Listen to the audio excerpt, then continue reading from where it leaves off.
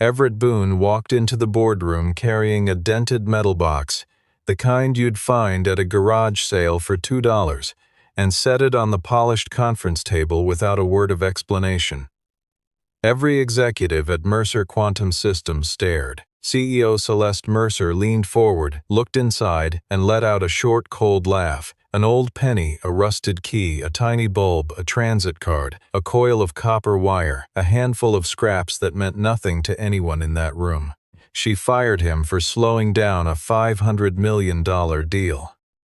24 hours later, when the company's core system was seized from the inside, Celeste would understand that every piece of that so-called junk was the only thing capable of saving her.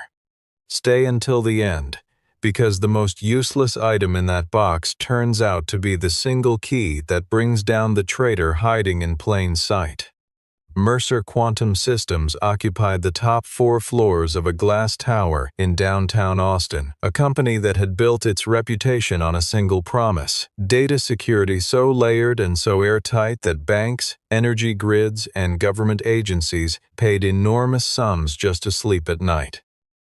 The crown jewel of the operation was a proprietary architecture called Aegis Grid, a system that managed encrypted authentication for critical infrastructure across 11 states. Fast and elegant, and almost universally admired by the clients who depended on it, and almost universally misunderstood by the executives who ran the company that built it. Celeste Mercer had taken over as CEO at 32 after her father's health forced him out, and she had grown the firm from a regional niche player into a serious national competitor by betting on commercial speed over engineering caution, a strategy that had worked brilliantly right up until the moment it didn't. She was brilliant in boardrooms and sharp in negotiations, and she trusted spreadsheets and confidence intervals over the slower, less photogenic language of people who understood things at the level of wire and voltage and fault states no one had bothered to model yet. Everett Boone worked 3 floors below the executive suite in a low-ceiling technical lab that smelled faintly of solder and old coffee, without a window office or an administrative assistant or any standing invitation to the quarterly strategy sessions held in the glass-walled room overlooking the river. What he had instead was a depth of knowledge about Aegis Grid's internal logic that no one else in the company had managed to replicate. The way its authentication layers communicated, the assumptions baked into its failover protocols, the precise places where the architecture's elegance depended on conditions the real world did not always guarantee. He had been hired 6 years earlier by Rhett Calloway, the company's original security architect, and the kind of senior engineer who could recognize in a younger person the rare quality of finding comfort in edge cases rather than anxiety. When Calloway retired, Everett had stayed, partly from loyalty to the work, and partly because leaving would have felt like abandoning something he had not yet finished protecting. He was 39, a single father, and constitutionally incapable of pretending a problem did not exist simply because the people above him found it inconvenient. The metal box had sat on his workbench for 2 years. It was approximately the size of a lunchbox, scratched along the sides with a simple latch that closed with a satisfying click. Inside, 11 objects were arranged in a sequence known only to Everett, each marked with a small handwritten label on a strip of white tape: penny 1, card 2, key 3, bulb 4, glass 5, wire 6, cell 7, bolt 8, pen 9, ticket 10, star 11. To anyone else, the contents were meaningless: a worn penny, a laminated transit card, a rusted key, a small flashlight bulb, a scrap of mirror glass, a coil of copper wire, a watch battery, a titanium machine bolt, a broken ballpoint pen, a movie ticket stub, a star-shaped refrigerator magnet. His colleagues in the lab called it the junk box, sometimes affectionately, more often with the casual contempt that technically confident people reserve for habits they don't understand. Cassidy Monroe, who ran technical operations on the floor above and had twice tried to have Everett reassigned to a less critical project, had taken to pointing at the box when she wanted to illustrate what she called the team's legacy thinking problem, saying loudly enough for half the lab to hear that real security in the modern era ran on AI-managed cloud infrastructure and not on bus passes and copper wire, and that anyone who believed otherwise needed to consider whether their instincts were assets or liabilities. Everett had not responded. At home in the evenings, his 9-year-old daughter Maddie sometimes helped him clean the box and the objects inside it, handling each one with the focused seriousness she brought to everything she found interesting. She asked him once why he didn't simply explain to the people at work what each thing was for. He considered it for a moment before answering. "The things that matter most," he said, "shouldn't be easy to understand by the people who might want to steal them." Maddie nodded the way she nodded when an answer satisfied her logically while still making her a little sad, and set the penny back in its place at the front of the sequence.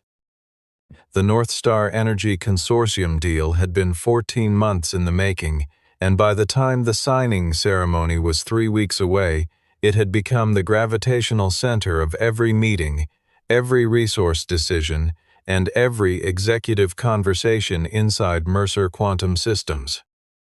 Northstar operated power distribution networks across 7 states, and the contract, if finalized, would install AegisGrid as the authentication backbone for the entire digital infrastructure, a $500 million arrangement that would also serve as the company's defining proof of concept for a generation. Celeste had briefed the board in February with a single slide that read, simply, "This deal changes everything." The board had agreed, as the board usually did when Celeste made a thing sound inevitable. Vaughn Mercer was Celeste's first cousin and the company's chief financial officer, a title that suited him in the same way a well-cut jacket suits someone who is difficult to trust, persuasive on the surface, unexamined beneath it. He had joined the company 5 years earlier at Celeste's invitation, and he had been professionally supportive of every initiative she championed in public, while quietly cultivating a separate set of loyalties and interests that ran in a different direction entirely. He pushed her relentlessly on the North Star timeline, framing caution as weakness and urgency as strategic intelligence, reminding her in board meetings that markets rewarded the first and not the careful, that hesitation at this stage would read as uncertainty, and that uncertainty was the one thing the share price could not absorb right now. Celeste had known on some level that Vaughn's enthusiasm for speed was not entirely about the company's best interest, and she had filed that instinct under manageable and moved forward. 3 weeks before the signing, Everett submitted a technical risk memorandum that ran to 41 pages. He had been building it for 2 months, starting from AegisGrid's authentication dependency on cloud-managed key validation and ending with a specific, documented scenario. If a bad actor obtained a Tier 1 administrative credential through theft, social engineering, or internal access, the entire system could be locked from the outside within minutes, with no native path to recovery. He proposed a solution he called the continuity layer, an offline physical verification sequence, deliberately analog, deliberately low-tech, designed to restore control to local administrators in the event of a remote takeover. He had been preparing its components for years. Those components were, in abstracted form, the objects in his metal box. Cassidy Monroe reviewed the memorandum first and forwarded it to Vaughn with a single annotation attached. "Boone is catastrophizing again." Vaughn skimmed it, spoke briefly with his personal legal advisor Preston Tate, and brought it to Celeste with a framing that emphasized Everett's history of over-indexing on worst-case scenarios. Celeste read the executive summary twice. The writing was dense and technical, built for an audience that shared Everett's depth of knowledge, which meant it landed poorly with people who trusted confidence over complexity. She set it aside. Vaughn quietly arranged for Cassidy to produce a sanitized internal summary, one with the most alarming findings softened, the risk severity downgraded, and the proposed solution omitted entirely. That version was what the executive team saw, and what they saw was that Everett had some minor concerns about integration timing, nothing more. The meeting on Tuesday morning was presented to Everett as a routine project alignment session. He arrived carrying the metal box, as he always did, and found the full executive committee assembled, Celeste at the head of the table, Vaughn to her left, Cassidy beside him, 3 board advisors along the far wall, and Preston Tate at the back with a yellow legal pad. The atmosphere was not aligned. It was a verdict waiting to be delivered. Celeste opened by saying the company had reviewed his submitted materials and had some concerns about a pattern of behavior that appeared to prioritize theoretical risk over operational delivery. She said it carefully, the way you say something you have rehearsed. There was also, she added, the matter of the box. Someone from his lab had flagged the presence of unauthorized hardware and materials in his workspace. The box had been photographed, and she was asking him to explain what it was doing in a technical environment that handled classified authentication data for national-level clients. Everett set the box on the table and explained, without elaboration, that it contained the physical components of a manual recovery protocol he had designed as a last resort for Aegis Grid, a sequence requiring no network connectivity, no cloud validation, and no digital footprint, intended specifically for the scenario his memorandum had described. He said he had been planning to formally document the protocol, but had held off because a documented analog recovery plan would constitute a vulnerability map for any person with access to internal records who also happened to have malicious intent. He spoke without agitation and without appealing for their understanding. Cassidy laughed first, a short, dismissive sound calibrated to signal that the speaker found the situation slightly beneath them. Vaughn picked up the box, turned it over once, and began removing the objects one at a time, setting each on the polished table with an unhurried deliberateness that was its own form of contempt. An old penny, a laminated transit card, a rusted key, a small flashlight bulb, a coil of copper wire, a watch battery, a titanium machine bolt, a broken ballpoint pen, a scrap of mirror glass, a movie ticket stub, a star-shaped refrigerator magnet. He held up the magnet and looked at it for a moment before setting it down, and then asked, with the tone of someone asking a question they already considered rhetorical, whether a company valued at over $500 million was expected to trust its survival to things that could be found in a child's junk drawer. Celeste looked at Everett across the table with the particular expression of someone who has already made a decision and is watching the evidence arrange itself in support of it. She said, "I need engineers, Mr. Boone, not people who carry lucky charms." Everett made one final attempt. He said that if they signed the North Star contract before the continuity layer was in place and the system was ever seized remotely, every object currently sitting on that table would be the only path back to control. Celeste told him the company would take the risk under advisement and informed him that he was suspended pending a full review of his unauthorized hardware activities, and that the box would be retained by the security team as part of the investigation. He asked quietly to keep the box, explaining that one object inside had been a gift from his daughter. Celeste said no. He nodded once, said nothing further, and waited for the security escort that had already been arranged before he arrived. 2 members of building security walked Everett to his workbench to collect his personal items, and then through the lobby and out the glass doors onto the sidewalk, following standard suspended employee protocol.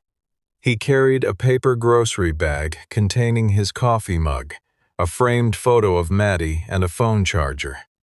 The afternoon was warm and overcast, the kind of day that couldn't decide what it wanted to be.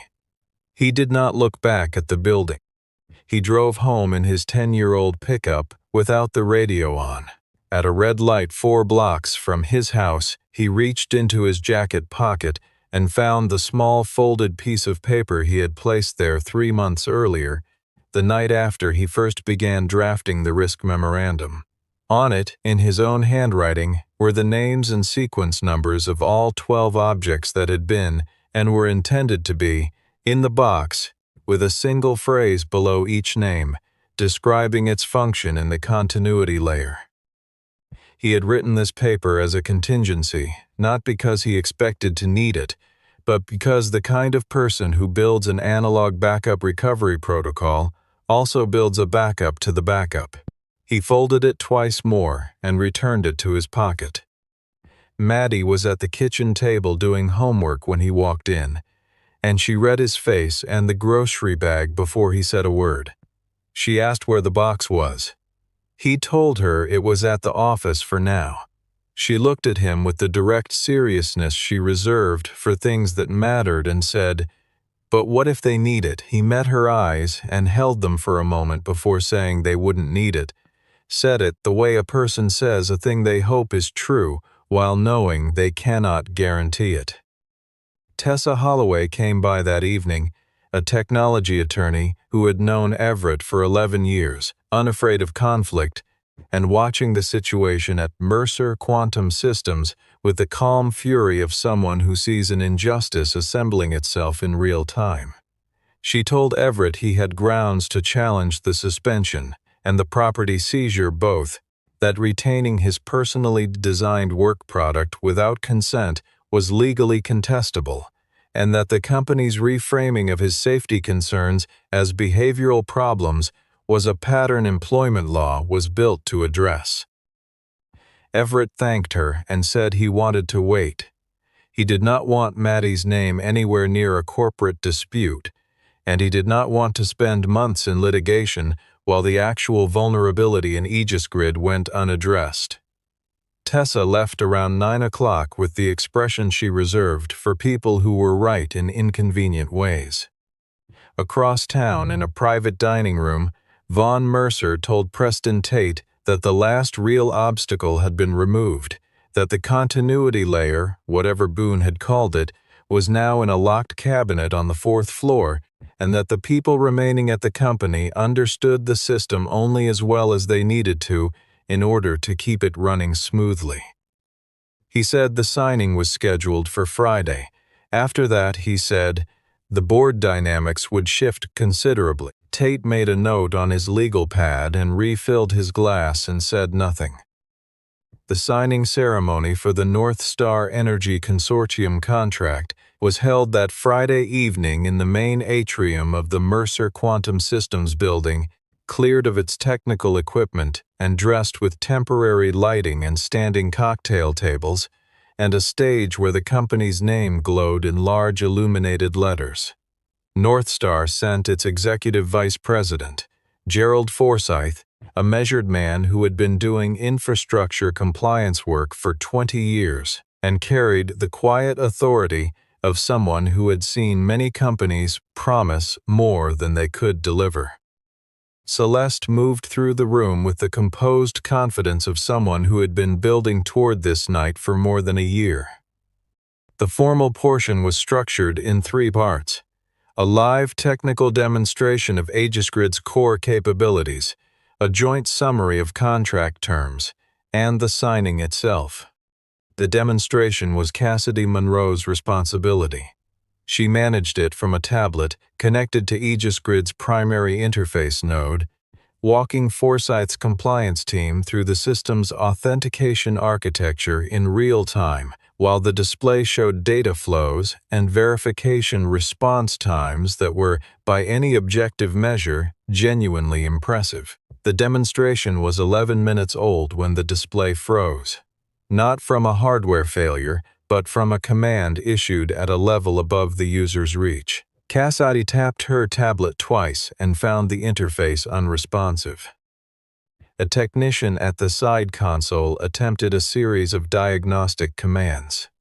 The console returned an error message that most people in the room could not read, but that would have been immediately recognizable to Everett Boone. Administrative authority had been transferred to an external session. Aegis Grid had been locked from the outside.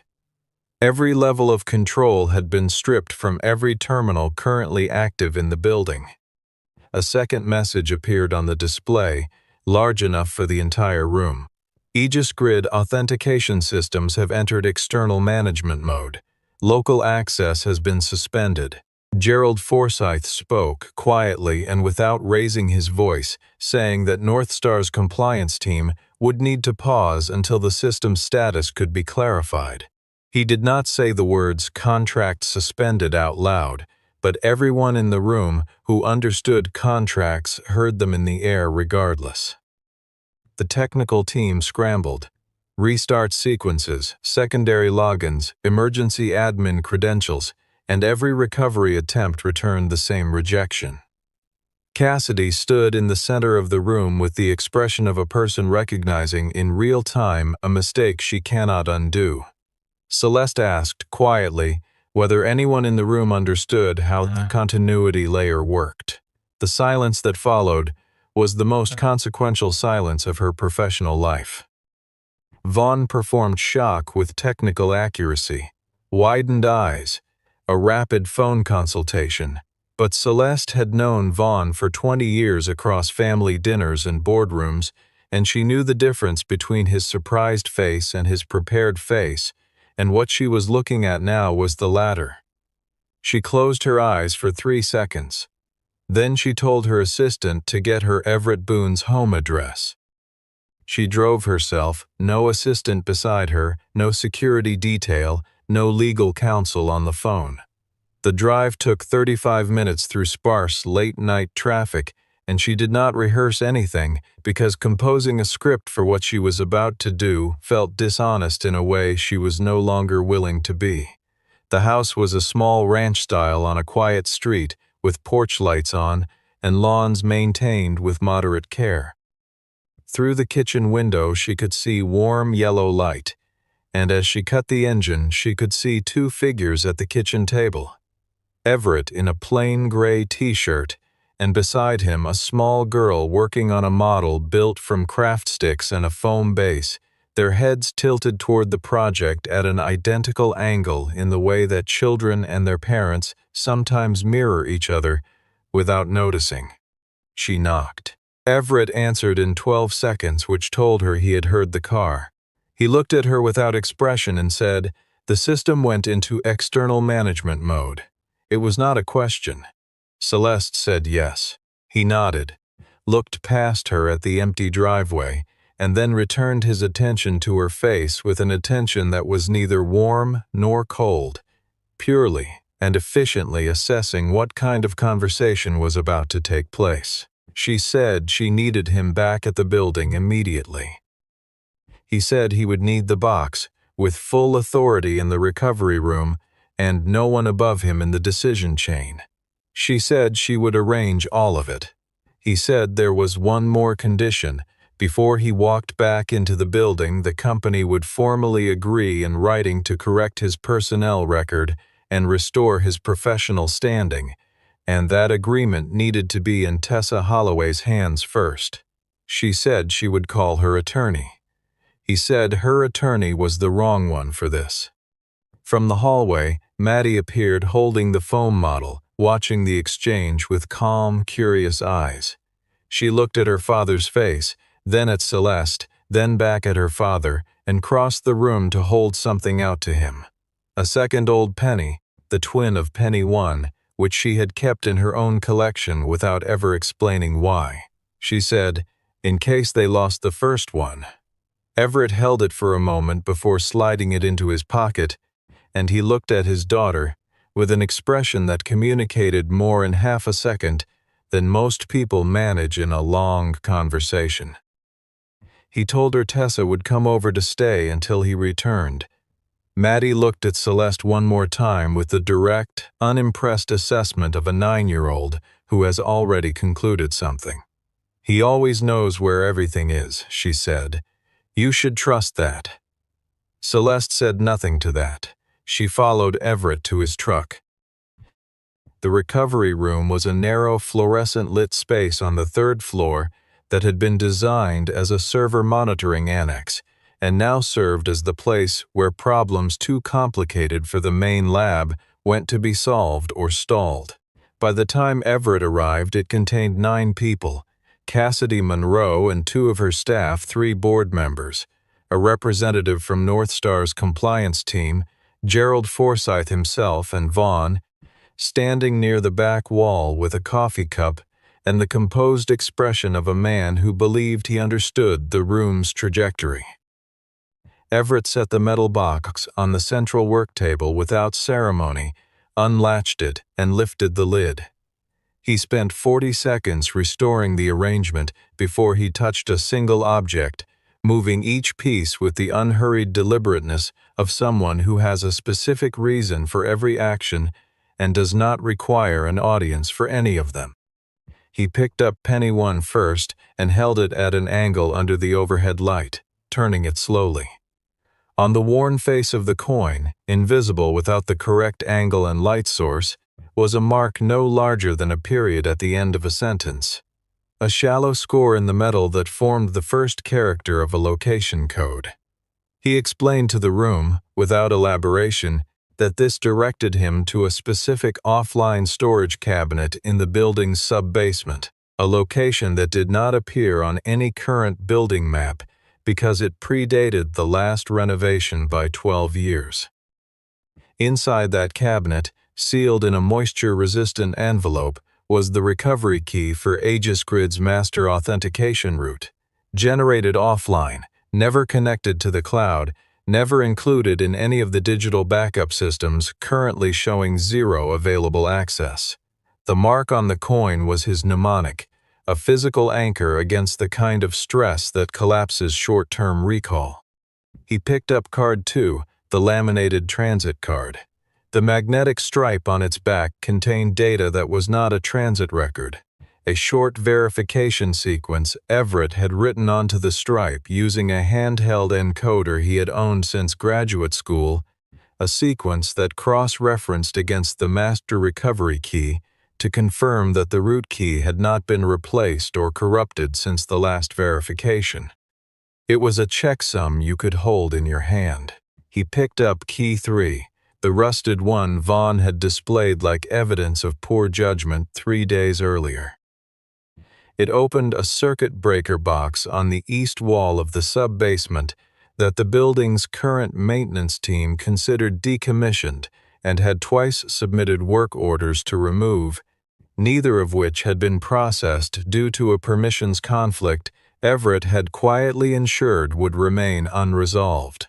Inside the breaker box was a physical isolation switch, a mechanical component that severed Aegis Grid's communication with its cloud-side administrative layer for a 90-second window, long enough to interject a local override command if executed correctly.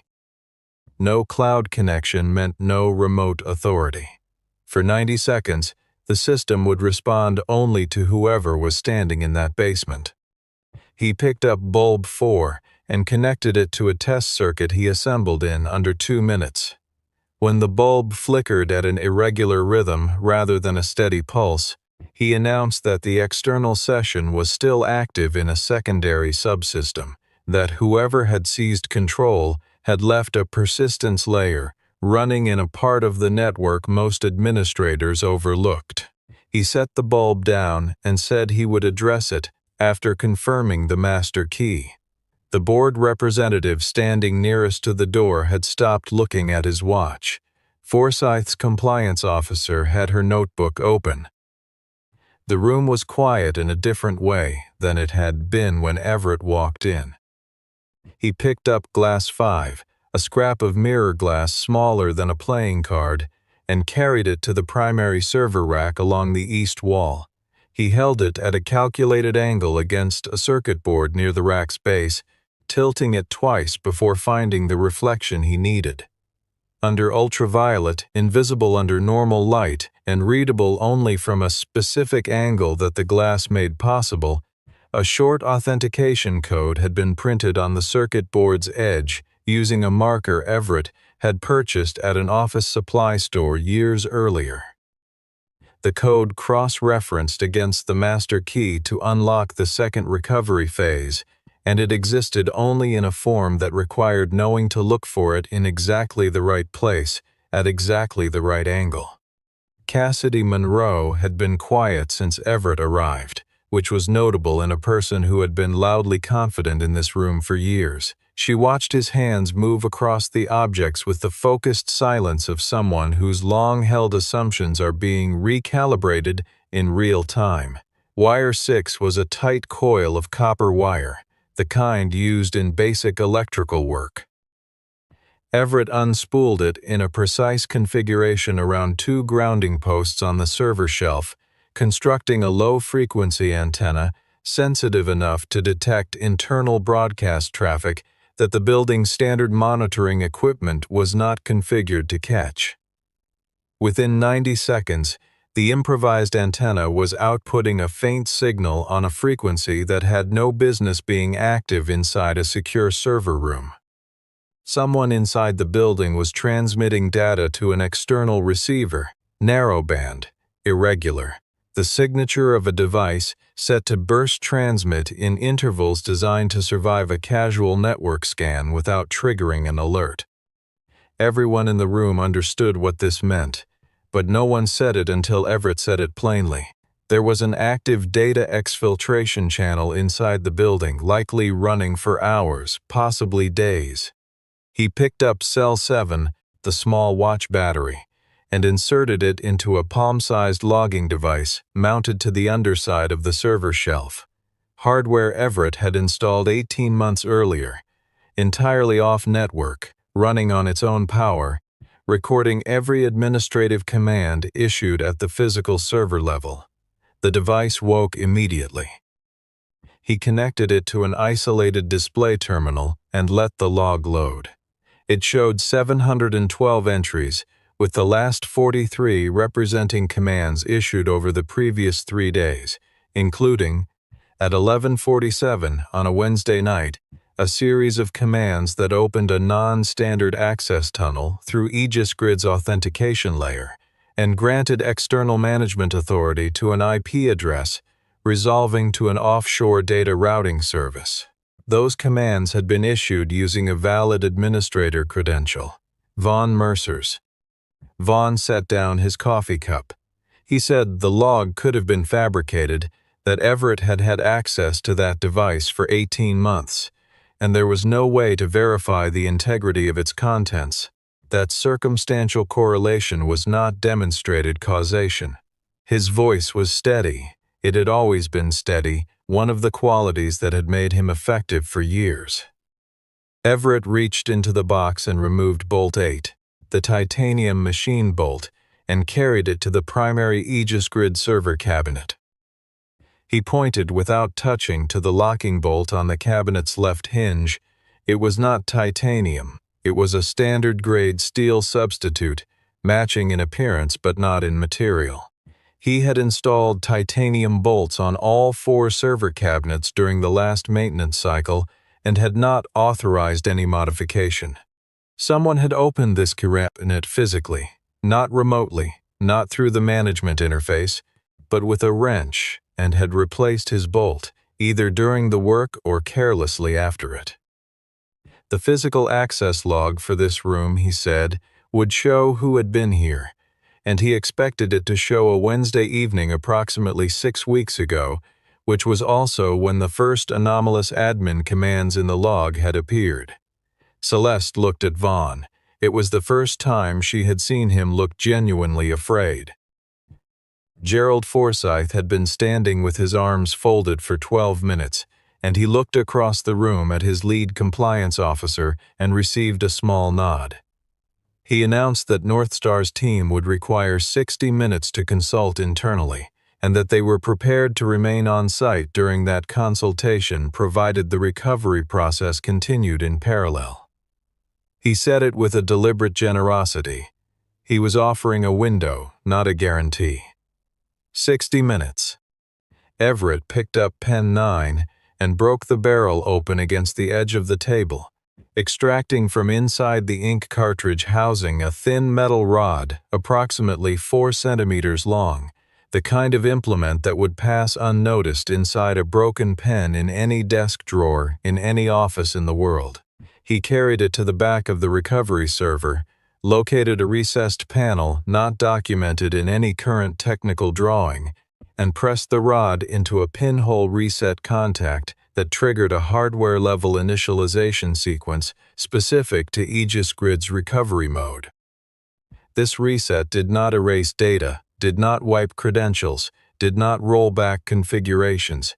It forced the system to re-evaluate its authority hierarchy, starting from the physical hardware layer upward, which meant that any external management session claiming top-level authority would be required to prove its legitimacy against the hardware root, and a hardware root properly initialized offline could not be overridden by a session with no physical layer certificate.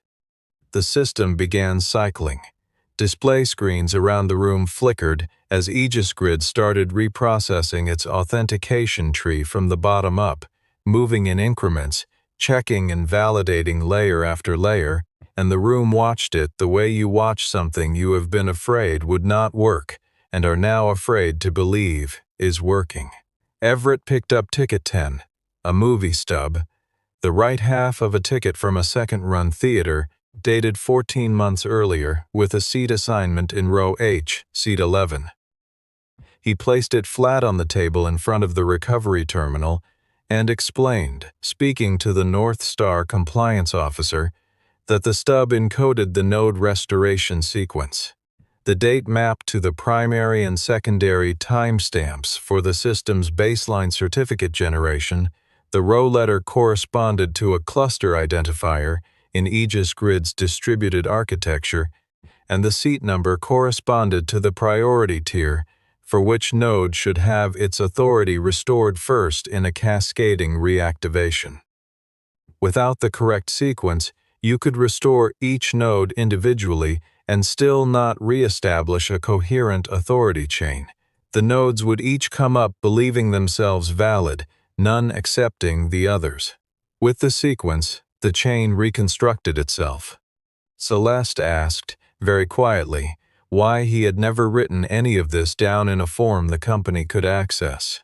He did not look away from the terminal. He said he had written it down, 41 pages of it, submitted 3 weeks ago, and what the company had done with it was remove the critical sections before anyone with authority was allowed to read it. He stated it as fact, without accusation, which was worse. He picked up star 11, the refrigerator magnet, a small 5-pointed star painted yellow, the kind sold in boxes of 20 at craft supply stores, given to him by Maddie on a Tuesday afternoon 11 months ago when he came home looking tired, pressed into his hand with the explanation that stars were good at finding where you were. He had labeled it and placed it in the sequence the next morning. He carried it to the physical lock module on Aegis Grid's primary gateway unit, a component bolted to the wall beside the primary rack, and passed it within 2 centimeters of a Hall effect sensor he had calibrated months earlier in private to the specific magnetic field profile of this exact magnet. The gateway unit emitted a single soft tone. Its status light changed from red to amber. Aegis Grid's physical lock on local authority had been disengaged. The system completed its authority re-establishment sequence 11 minutes later. All local administrators were restored. All external session access was terminated. The exfiltration channel went silent. Aegis Grid was entirely under the control of the people standing in the room where its servers lived. The box was nearly empty. 11 objects had been used and set aside. At the bottom rested a single silver coat button, flat on one side, slightly domed on the other, a raised pattern around the edge that suggested quality tailoring. Nothing about it suggested function. Vaughn had been watching the table throughout the entire process, and when his eyes reached the button, something moved in his face that was not quite fear but was adjacent to it. Everett picked it up and held it between his thumb and forefinger. He said, in the same level voice he had maintained for the past 2 hours, that he had found this button on the floor of the sub-basement server room 8 weeks ago, approximately 3 feet from the isolated cabinet where Aegis Grid's master authentication route had been stored. He had picked it up because a button on the floor of a room that fewer than 8 people in the company were authorized to enter was the kind of detail that belonged in a file rather than underfoot. He had photographed it, logged it with date and location, and placed it in the box under the label Button 12. Tessa Holloway had been admitted to the building 40 minutes into the recovery process, and she appeared in the doorway now and placed a printout on the table beside the button. It was a photograph taken at a company dinner 4 months earlier, a formal event the kind Mercer Quantum held twice yearly for major clients. In the photograph, Vaughn Mercer stood near a table in a dark navy suit. The jacket had 4 buttons. 3 had the raised edge pattern of quality tailoring. The 4th, bottom left, was missing. Delaney Brooks, a technology correspondent who had arrived for the signing ceremony and stayed on the fringes of the building with a reporter's instinct that something larger than a contract was unfolding, had obtained a building visitor log showing that Vaughn had badged into the sub-basement on the same Wednesday evening the anomalous admin commands had first appeared in the offline log. An access event recorded as a routine facilities inspection, authorized by a facilities manager who was, it later emerged, on the payroll of a competitor firm Preston Tate had been advising on parallel infrastructure contracts. Vaughn said the button proved nothing conclusive, that circumstantial evidence was not demonstrated guilt, that the photograph was not a forensic document. He said it in the composed and lawyerly way of a person who has been anticipating the moment. Preston Tate, from the back of the room, said nothing. He had been doing the arithmetic for 20 minutes and did not like what the sums indicated about his own exposure. Everett set the button on the table and said, addressing Celeste, "This last one didn't save the system. It saves you from the person who has been standing close enough to cost you everything." Celeste was looking at Vaughn, and what was on her face was not surprise. It was the expression of someone who has known a thing for a long time without knowing that they knew it, watching the last piece arrange itself into a shape she could no longer look past. Vaughn was escorted from the room by building security. His access credentials were suspended within the hour. A formal referral to law enforcement was initiated the following morning, when the documentation Tessa had assembled overnight was sufficient for a corporate attorney to recommend immediate action. Preston Tate left the building quietly and did not return.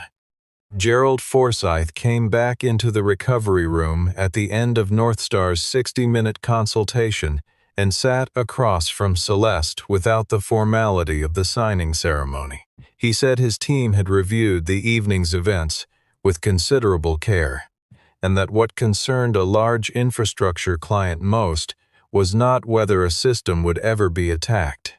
Every system of sufficient importance eventually would be, but whether the people who built it had anticipated the attack, designed for it, and could demonstrate recovery. He said he had not expected, when he arrived that evening, to witness a live recovery demonstration. He said Mercer Quantum Systems had his attention in a way it had not entirely had it before. Northstar agreed to continue the contract process. More than that, Forsyth's compliance team drafted an addendum requesting that the physical continuity layer, the analog recovery protocol the executive team had dismissed as cave technology, be formalized, documented, and contractually required as a permanent component of every Aegis Grid deployment under the North Star Agreement. The $500 million contract was not lost. It was, in the most unexpected way imaginable, made more durable by the very crisis designed to destroy it. 3 days later, Celeste called a company-wide meeting, sent the invitation herself to every employee at every level, with a subject line that read, "An acknowledgement and an apology." The room was full when she began, and she did not use notes. She said she had mocked something she did not understand, and had done so publicly, in front of an audience large enough that the damage required a public answer. She said she had read a 41-page warning, had been shown a version designed to obscure its central finding, and had not pushed hard enough on the discrepancy because pushing would have slowed a timeline she was unwilling to slow. She said she had told a man who had spent years building a safety net for the company's most critical system that she needed engineers and not people who carried Lucky Charms, and that the sentence had been both unfair and wrong. She looked at Everett when she said it and did not look away. Cassidy Monroe also spoke. Her statement was shorter and harder to deliver, and she said she was sorry without qualifications, because she had not only failed to protect the warning, but had mocked the person delivering it, repeatedly and in front of others, in the specific way that technically confident managers sometimes mock the unconventional competence they haven't yet recognized as superior to their own. A formal review had already resulted in her removal from her senior operational role, with a return path contingent on completing a structured review of the company's safety reporting culture. Celeste offered Everett the newly created position of Director of Resilience Architecture. He listened to the full offer, title, scope, compensation, and said that he did not need a title to know his work had value, and that what he actually needed was for the company to build a structure in which the next person who saw a real risk and said so in an inconvenient way was not managed into silence before anyone in authority was allowed to hear them clearly. Celeste said she would establish an independent safety review council with Everett holding standing veto authority over any modification to Aegis Grid's core architecture. He said that would do. He shook her hand. 4 months later, Aegis Grid was deployed at scale across Northstar's 7-state infrastructure network. The contract had been amended so that the continuity layer appeared not as a workaround or legacy accommodation, but as a standard feature. Its existence disclosed to clients as evidence of engineering depth rather than concealed as an admission of fragility. The trade press ran several pieces trying to explain how an analog recovery protocol built from everyday objects had outperformed a multi-layered digital failsafe, and most of them got the technical details approximately right and missed the human detail entirely.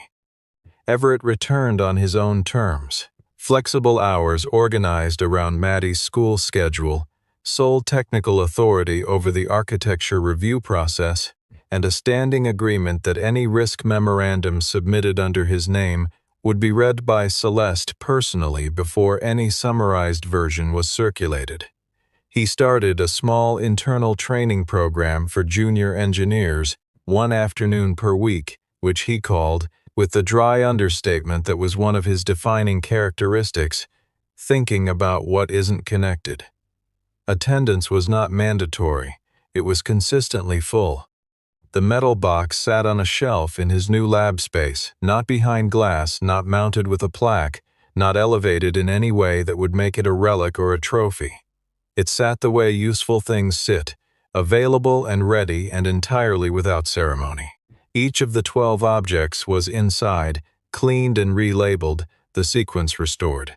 Bolt 8 had been replaced with a matching titanium bolt from the same original batch.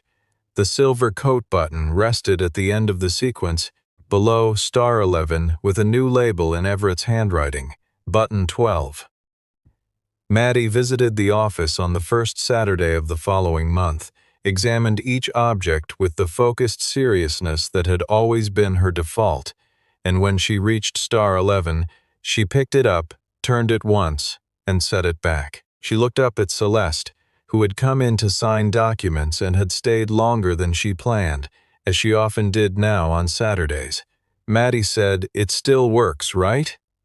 Celeste looked at the star magnet and then at Everett, who had looked up from his desk with the expression of someone about to answer a question that doesn't require an answer. "It still works," Celeste said. She said it as if she had learned to say it. She had. On her way out that afternoon, Celeste asked Everett whether he had ever considered replacing the box with a proper digital documentation system, something with encryption and redundancy and institutional access controls. He leaned back in his chair and was quiet for a moment in the way he was quiet when he was considering how to say something precisely. "A digital system remembers faster," he said finally. "This one remembers correctly." He reached out and closed the box, and the latch clicked shut the way it always had, solid and unremarkable, the sound of something that had never needed to announce itself to be worth keeping. Nobody in the room called it a junk box anymore. Nobody had called it that for some time.